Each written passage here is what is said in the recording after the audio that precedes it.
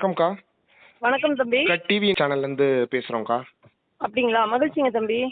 இப்போ எப்படிக்கா போயிட்டு இருக்காங்க? நிறைய தடுக்கிறாங்க, நாம் தமிழர் கட்சியினரை தடுக்கிறாங்க அப்படின்ற மாதிரியான விஷயங்கள்லாம் சொல்லிட்டு இருக்காங்க. எப்படிக்கா இருக்காங்க நிலவரம்? தம்பி, தொடர்ச்சியா பரப்புரைக்கு போறோம். மக்கள் கிட்ட மிகுந்த வரவேற்பு இருக்கு. கட்டாயம் நீங்க வெற்றி பெறுவீங்க. நீங்க வந்தாதான் இந்த சிக்கல்களை தீர்க்க முடியும் அப்படின்னு மக்கள் பெரும் நம்பிக்கை கொடுத்து வாழ்த்தி அன்போட சொல்றாங்க. மைக் சின்னத்துக்கு உறுதியா நாங்க வாய்ப்பு கொடுத்தோம். சீமான் அவசியம் வரணும், வந்தாதான் இங்க இருக்கக்கூடிய சிக்கல்கள் தீர்க்கவே முடியும்னு உறுதியாவே சொல்றாங்க. அப்படிங்களாக்கா?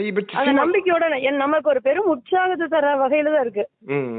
இப்ப அண்ணன் இன்னைக்கு வராங்க. எப்படி இருக்கு அங்க அண்ணன் வரதுனால? எப்படி இருக்கு ஏற்பாடுகள்லாம்? நம்மள போலீஸ் தடுக்கிறாங்கன்னு நிறைய இடத்துல செய்திகள் வருது. இல்லப்பா, அவங்களுக்கு என்னன்னா, நாம் தமிழர் வேட்பாளர் மக்களை சந்திச்சிட கூடாது அப்படிங்கறதுக்காக ஒரு வேலை பண்றாங்க. ஆனா அங்க ஏற்கனவே மக்கள் வாக்கு செலுத்த தயாராயிட்டாங்க. ஒரே வாய்ப்பு சீமானுக்கு இந்த ஒரு முறை வெற்றி பெற கொடுத்து காட்டணும். அப்பதான் நம்ம கேட்க முடியும். அவங்களுக்கு வாய்ப்பு கொடுத்தாதானே இதை செயல்படுத்தி காட்டுவாங்க. இது வரைக்கும் வாய்ப்பு இல்லாமே நம்ம புலம்பிட்டு இருக்கிறோமே அப்படிங்கிற ஒரு எண்ணத்துக்கு வந்துட்டாங்க. வரவேற்பு இருக்கு. ஒரு என்ன சொல்றது, ஒரு நம்பிக்கையோட சொல்றாங்க. கட்டாயம் வெல்வ தங்கச்சி இல்லப்பா நாங்க இருக்கிறோம் அப்படிங்கிற அளவுக்கு சொல்றாங்க. முக்கியமா என்னன்னா, பரப்புரைக்கு வந்துருவார். முதல்ல இன்னைக்கு 4 மணிக்கு பரப்புரை தொடங்குறாரு அண்ணன். சூப்பர். முதல் முறையா நீங்க எதிர்த்து திமுகவை டைரக்டா சண்டை போடுறீங்க. அது எப்படி இருக்கு? அந்த நிலவரம் எப்படி இருக்கு? இந்த வாட்டி போன வாட்டி 10,000 வாக்குகள் நெருக்கி வாங்கியிருந்தீங்க. இந்த வாட்டி எவ்வளவு வாக்குகள் வாங்குவீங்கன்ற நம்பிக்கை இருக்குக்கா உங்களுக்கு? தம்பி, திமுக நமக்கு நேரடியான எதிரி. அப்ப எனக்கு தலைமைதான் சிக்கல். நான் நேரடியா தத்துவத்தையும் தலைமையும் எதிர்ப்பேன்.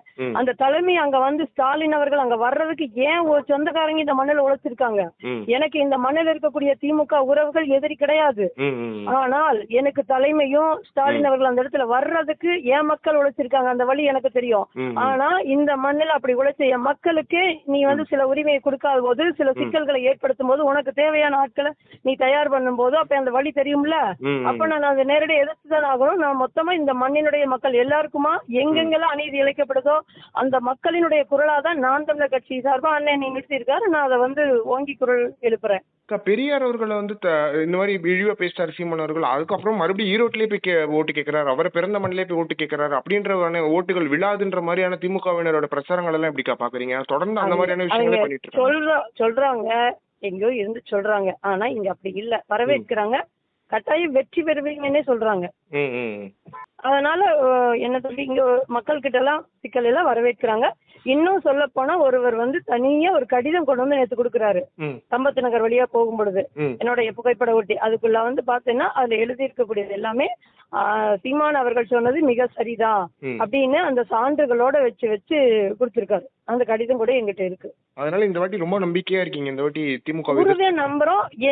என்ன சொல்ற, நம்மை விட மக்கள் நம்புறாங்க. இந்த சீமான் அண்ணனை விட்டா வேற வழியே இல்ல. நாம் தமிழர் கட்சிக்கு ஒரு முறை வாய்ப்பு கொடுக்கணும். அதுவும் ஒரு பெண்ணா களத்தில் நிக்கிறாங்க. இன்னும் ஏற்கனவே நான் ஆசிரியரா இருந்ததுனால எனக்கு பல அறிமுக மாணவர்கள், அது மட்டும் இல்லாம இந்த களத்திலே கேபிள் ஆபரேட்டரா இருக்கேன், அக்குபஞ்சர் மருத்துவரா இருக்கேன். அப்ப இந்த தளங்கள்ல எல்லாம் இருக்கும்போது ஒரு பெண்ணால இதை செயல்படுத்த முடியும் அப்படிங்கிற ஒரு அவங்களுக்கு நம்பிக்கை. அந்த நம்பிக்கையின் அடிப்படையில் சீமான் சரியான வேட்பாளர் நிறுத்தியிருக்க ஒரு வாய்ப்பு கொடுப்போமே அப்படிங்கிற உறுதியோட இருக்காங்க தம்பி. இப்ப நீங்க ஃபர்ஸ்ட் போனீங்கன்னா ஃபர்ஸ்ட் எம்எல்ஏ நாம் தமிழர் கட்சியில இருந்து போவீங்க. ஃபர்ஸ்ட் எம்எல்ஏ பிளஸ் 1 வருஷம் டைம் இருக்கு. அதுக்குள்ள என்ன செய்ய முடியும் நம்புறீங்கக்கா ஈரோடு மக்களுக்கு? ஒரு வருடத்துல இந்த 40 ஆண்டுகளா இந்த ஈரோடு மாநகராட்சி குறிப்பா கிழக்கு தொகுதியில எது செய்யப்படாத இருக்கோ அடிப்படை தேவைகள் என்னால செய்து முடிக்க முடியுங்கிற செயல் திட்டத்தோட தான் இருக்கேன். அடிப்படை சாக்கடை வசதி இல்ல, சாலை வசதி இல்ல, வாழ்வாதாரம் இல்ல, இங்க இருக்கக்கூடிய நெசவு தொழில் பாதிக்கப்பட்டுச்சு, ஜிஎஸ்டி வரி, இது எல்லாத்துக்கும் மொத்தத்துக்குமான சிக்கல். நான் போய் சட்டமன்றத்துல குரல் கொடுப்பேன். இது வரைக்கும் இந்த மண்ணினுடைய சிக்கலை, மக்களினுடைய தேவையை எடுத்து சொல்வதற்கான ஆளாக அந்த வழி உணர்ந்தவங்களாக சட்டமன்றத்தில் யாரும் குரல் கொடுக்கல. ஏன்னா எல்லாரும் அவங்களுடைய அந்த பதவிய அந்த அவங்க சார்ந்து இருக்கக்கூடிய கட்சிக்கு ஆதரவாக தான் இருந்தாங்க. ஊழல் சுரண்டல் இந்த இதுக்கு. ஆனா நான் அப்படி இல்லை. சீமான் அண்ணன் என்னை இந்த மக்களினுடைய தேவை உணர்ந்து குரல் கொடுப்பதற்காக இந்த களத்தில் நிறுத்தியிருக்காரு. அதை நான் உறுதியா செய்வேன். என்னால மாற்ற முடியுங்கிற நம்பிக்கையோட இருக்கேன். நிதி கொடுக்கலனா கூட எனக்கு தமிழ்நாடு அரசு இப்ப இருக்கக்கூடியது கண்டிப்பா நிதி கொடுக்க வைப்பேன். ஏன்னா என்னோட சிக்கலை சொல்வேன், போராடுவேன். அந்த வழி இது வரைக்கும் சொல்லாம கூட இருக்கலாம். அப்படி ஒருவேளை கொடுக்கலனால் நிதி திரட்டி என்னால் செயல்படுத்த முடியுங்கிற நம்பிக்கையோட தான் அந்த களத்தில் நிக்கிறேன் தம்பி. சூப்பர்க்கா, வாழ்த்துக்கள்க்கா, வெற்றி பெற வாழ்த்துக்கள்க்கா. ஈரோட்ல பணிகள் தொடரும்க்கா.